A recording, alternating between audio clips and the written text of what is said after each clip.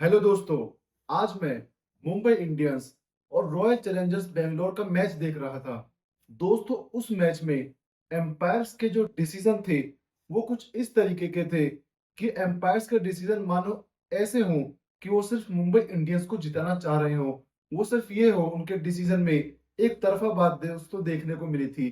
Mumbai Indians के जो empire है, जो नितिन मैनन एम्पायर है, ऑन फील्ड एम्पायर, उन्होंने जो कई डिसीजन ऐसे दिए जो कि सीधा मुंबई इंडियंस को दोस्तों फेवर करते थे। और ये दर्शाता है कि किस तरीके से जो मुंबई इंडियंस की फ्रेंचाइजी है उसके हिसाब से मुंबई इंडियंस का मैच कराया जा रहा है और उसके हिसाब से मुंबई इंडियंस को दोस्तों जिताया जा रहा है।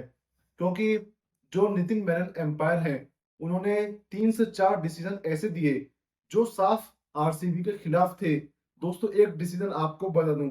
सबसे पहले बॉल लगती है, बाउंड्री लाइन पर बॉल जाती है और बाउंड्री लाइन पर फील्डर मुंबई इंडियंस का बॉल पकड़ने की कोशिश करता है, लेकिन बॉल उसके हाथ में नहीं आती और उसका हाथ जो है बाउंड्री लाइन पर लगता है।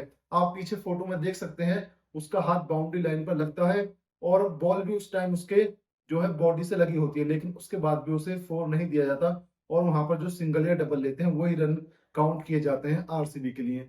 दोस्तों, दूसरा डिसीजन, लॉन्ग रोड को जसप्रीत बुमराह सीधी बॉल मारते हैं और उनके बैल बॉल जाकर सीधा टो पर लगती है और सिर्फ अपील करते ही बुमराह के नितिन मेनन एम्पायर सीधा आउट दे देते हैं दोस्तों लॉन्ग रोड को पहली बॉल पर। लेकिन जब डीआरएस में देखा जाता है दोस्तों, बॉल काफी बाहर होती है और वो बॉल बस नाम का सा दोस्तों किनारा लगता है स्टंप के ऊपर और एम्पायर कॉल हो जाता है। जब बॉल टो पर लगी थी दोस्तों, आप अगर आप मैच देख रहे हो, आपको भी साफ पता चल जाएगा कि या तो मिसिंग है या एम्पायर कॉल है।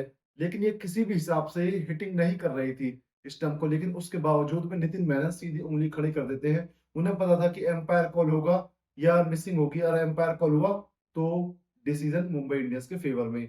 दोस्तों, एक और डिसीजन, जब कोविड से बॉलिंग कर रहे होते हैं, फेफ डू प्लेसी से बॉल मिस होकर सीधा कीपर ईशान किशन के हाथ में जाती है और ईशान किशन और कोविड से सब अपील करते हैं।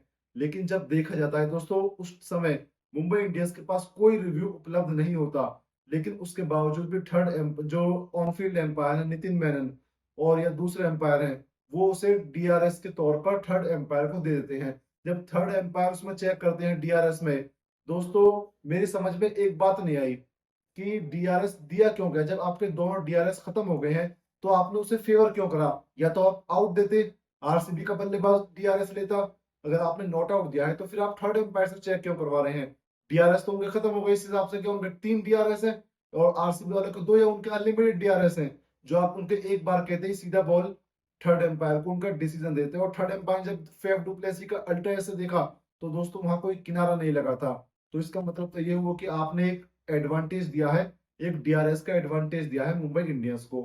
दोस्तों, जिस तरीके से एम्पायरिंग का स्तर जो है आईपीएल के अंदर, आईपीएल एक बड़ी लीग है, दुनिया की टॉप लीग है, और उसमें जिस तरीके से एम्पायर, इंडियंस एम्पायर का जो है लेवल स्तर जो है दोस्तों वो गिरता जा रहा है। और ये अच्छा बात नहीं है, ना ये दोस्तों इंडियन क्रिकेट के लिए अच्छी बात है, ना ये बीसीसीआई के लिए अच्छी बात है, और ना ये हमारे आईपीएल के लिए दोस्तों अच्छी बात है, जिस तरीके से सिर्फ एक ही टीम को फेवर किया जा रहा है। दूसरी बात करूं दोस्तों कमेंट्री के ऊपर, जो कमेंटेटर, हिंदी कमेंटेटर बैठे हैं, वो सीधे एक तरफा फेवर कमेंट्री कर रहे हैं मुंबई इंडियंस के लिए। वो आरसीबी के लिए या किसी और टीम के लिए कमेंट्री नहीं करते। सिर्फ एक तो एक हफ्ता हो गया है दोस्तों, सिर्फ लगातार हर टाइम एक ही बात, ये मुंबई इंडियंस का हफ्ता, ये मुंबई इंडियंस का हफ्ता, ये मुंबई इंडियंस के वसूली का हफ्ता है। वसूली दोस्तों, ये आप क्या बात कर रहे हैं दोस्तों? दूसरी टीम क्या यहाँ खेलने नहीं आई, या दूसरी टीम क्या आप बात तो करें थोड़ी सी, लेकिन नहीं, ये मुंबई इंडियंस का हफ्ता है, ये वसूली का हफ्ता है। दिल्ली से वसूली हो गई, अब आरसीबी की बारी, अब चेन्नई की बारी, अब थाना से वसूली करेंगे, अब यूं करेंगे। दोस्तों, जिस तरीके से कमेंट्री और एम्पायर डिसीजन हो रहे हैं, दोस्तों आप कह सकते हैं कि वर्स्ट एम्पायरिंग जो है हमें आईपीएल के अंदर या क्रिकेट के अंदर हमें इस बार आईपीएल में देखने को मिल रही है। दोस्तों, आपकी क्या राय है?